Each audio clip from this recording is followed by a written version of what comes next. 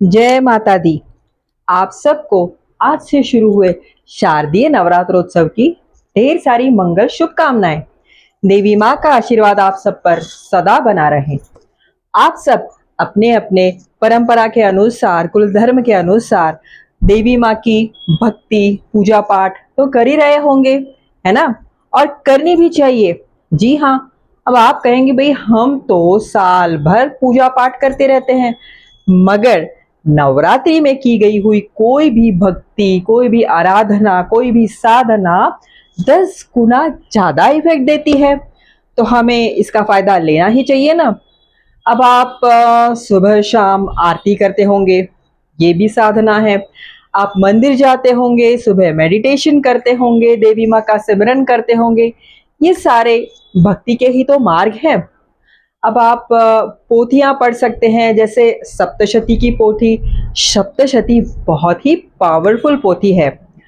मैं करीबन 35 साल या उससे अधिक समय से सप्तशती का पाठ करती आ रही हूँ, और सच कहूँ उसके फायदे और इतने अद्भुत अनुभव मुझे हुए हैं कि मुझे बोलते हुए भी रोए खड़े हो रहे हैं। आप जरूर जरूर इस सप्तशती के पाठ का पठन करिए। वैसे देव भाषा में जो पोथी है वो थोड़ी कठिन है, इसलिए आप या तो किसी ब्राह्मण से सप्तशती का पठन करवाइए, या फिर प्राकृत भाषा में जैसे हिंदी में है, मराठी, या जो जो भाषा जिससे आप कनेक्ट हो सकते हैं, आप सरलता से समझ सकते हैं, तो उस भाषा में, उस प्राकृत भाषा में इस पोथी का पठन कीजिए। आपको बहुत बहुत फायदे मिलेंगे। आप करके देखिए। उसके बाद आप दुर्गा कवच पढ़ सकते हैं, देवी के अलग अलग नामाक्षर मंत्र हैं उनका स्मरण कर सकते हैं, श्री सूक्त का पाठ कर सकते हैं। अब देखिए, देवी माँ तो किसी भी नाम से प्रसन्न हो जाती हैं।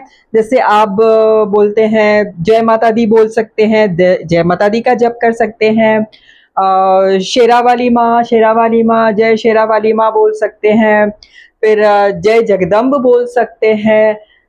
जिस भी नाम से बस आप भक्ति से, प्यार से जब देवी को पुकारिए, देवी माँ आपकी जरूर सुन लेगी। अब घर में ऐसे होता है ना कि हम हमारे जो प्रियजन होते हैं उनको अलग अलग नाम से पुकारते हैं। कभी जैसे हमारे बच्चों को बोल देते हैं गुड्डू, बिट्टू, सोना। अब उसका नाम भले इनमें से कुछ ना भी हो, मगर वो कहीं भी हो घर के कोने में, हमारी ये नाम सुनकर, हमारी आवाज सुनकर दौड़ा चला आता है हमारे पास।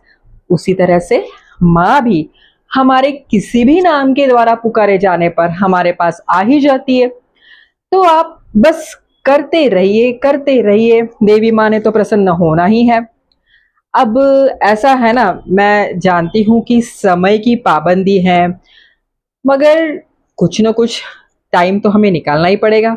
देवी माँ तो अपने दोनों हाथ खोलकर देने के लिए बैठी हुई है। अष्टभुजा देवी अष्टभुजाएं खोलकर बैठी हुई है। बस आपको झोली फैलाकर उसे हासिल करना है। अब आप कैसे करेंगे वो आपके ऊपर है। अब आप काम पर जा रहे हैं तो काम पर जाते जाते आप मन में देवी माँ का स्मरण करते रहिए।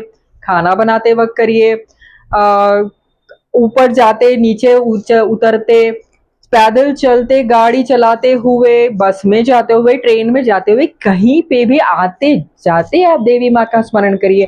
देवी माँ आपसे प्रसन्न होनी ही है। कन्या पूजन।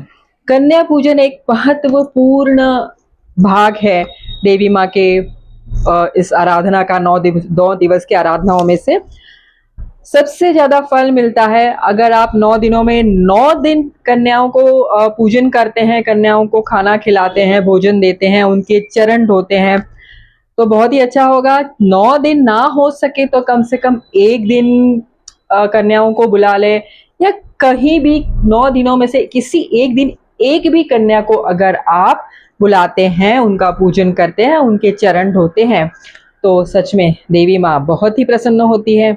आप सुहागनों को श्रृंगार दे सकते हैं। ऐसे बहुत से तरीके हैं हमारी माँ को प्रसन्न करने के लिए। भजन कीर्तन कर सकते हैं। खैर, ये तो सब बात हुई भक्ति भाव से देवी माँ को खुश करने की। पर एक बात कहूं, सबसे ज्यादा महत्वपूर्ण है हमारा आचार, हमारे विचार, हमारा व्यवहार। अब अगर हम रोज मंदिर जा रहे हैं, पोथी पढ़ रहे हैं, आरती कर रहे हैं, देवी की प्रतिष्ठापना की हुई है, और हम अगर अभद्र शब्द का उपयोग कर रहे हैं, बुरा व्यवहार कर रहे हैं, तो देवी माँ भला कैसे प्रसन्न होगी। इसलिए कोई भी रिश्ता हो, पति पत्नी का हो, माँ का बच्चों का हो, भाई बहन का हो, सास बहू का हो, बेटे का पिता से हो, या अपने कर्मचारी वर्ग से हो, सबके साथ अच्छा व्यवहार कीजिए, अभद्र ना बोले, मारपीट ना करें। तो इसी से तो हमारी माता रानी खुश होंगी, है ना। वरना माता रानी बोलेंगी ये क्या बात हुई, मेरे साथ भक्ति कर रहे हो, मुझे ड्राई फ्रूट्स खिला रहे हो, और अभद्र व्यवहार कर रहे हो लोगों के साथ में, असत्य का साथ दे रहे हो, मारपीट कर रहे हो। सच में मैं हाथ जोड़ के विनती करती हूं, ऐसा कदापि ना करें। देवी माँ सब देख रही होती है, सब जानती है, वो आदि शक्ति है, पराशक्ति है, हमारी माँ है, तो उससे तो हमारी कोई भी चीज छुपी हुई नहीं है। खैर, मेरा तो काम है आपको बताना और आपको साबित करना। और फिर रही बात हमारे खान पान की, देवी के भोग की। अब देवी को जो हम भोग चढ़ाते हैं वो हम ही खाते हैं ना, कौन सा देवी आके खा जाती है। तो उसके लिए हमें भोग भी ऐसे चढ़ाने चाहिए जो सात्विक हो, जिसका ग्रहण हम करें, क्योंकि इन 9 दिनों में जितना हम सात्विक रहे, उतनी ही हमारी खुद की शक्ति, खुद की ऊर्जा भी अच्छी रहती है।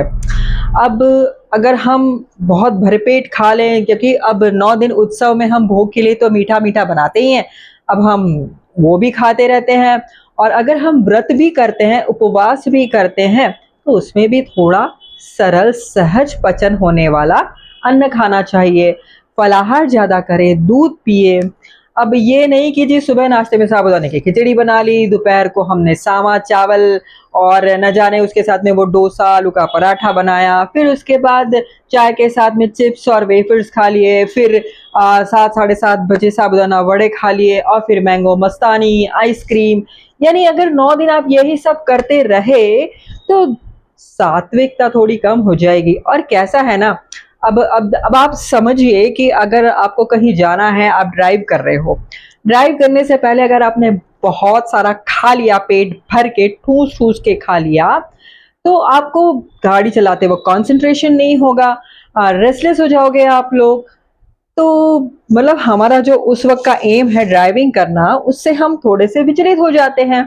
तो इसी तरह भक्ति मार्ग का भी ऐसा ही है कि हमें सहज सरल पचन होने वाला और सात्विक अन्न खाना चाहिए, जिससे हमारे भक्ति मार्ग में कोई अड़चन ना आए। ऐसी छोटी छोटी चीजें हैं। अब और एक बात ऐसी है कि 9 दिन देवी माँ अलग अलग 9 रूपों में आती है। जैसे आज की देवी का स्वरूप है माँ शैलपुत्री। तो जिस दिन देवी माँ जिस स्वरूप में आ रही है, आप उनके उस नामावली का जप कर सकते हैं। जैसे आप आज के लिए जप कर सकते हैं, ओम शैलपुत्री देव्ये नमः। शैलपुत्री जो पर्वतराज की पुत्री हैं, तो वो शैलपुत्री हमें कॉन्फिडेंस, सेल्फ कॉन्फिडेंस देती है, साहस देती है, हमारे मन में साहस जगाती है। तो हम इस तरह से आने वाले हर दिन के हर स्वरूप के सामने, जैसे ओम शैलपुत्री देव्ये नमः ऐसे बोल रहे हैं, ऐसे अलग अलग स्वरूप के दिन अलग अलग नाम के साथ में देव्ये नमः करिए, वो जप भी बहुत ही फलदायी होता है। तो यही कुछ बातें हैं जिससे हम देवी माँ के समीप जा सकते हैं, देवी माँ का आशीर्वाद पा सकते हैं। तो आप सब देवी माँ की भक्ति करिए और देवी माँ का आशीर्वाद लीजिए। जय माता दी।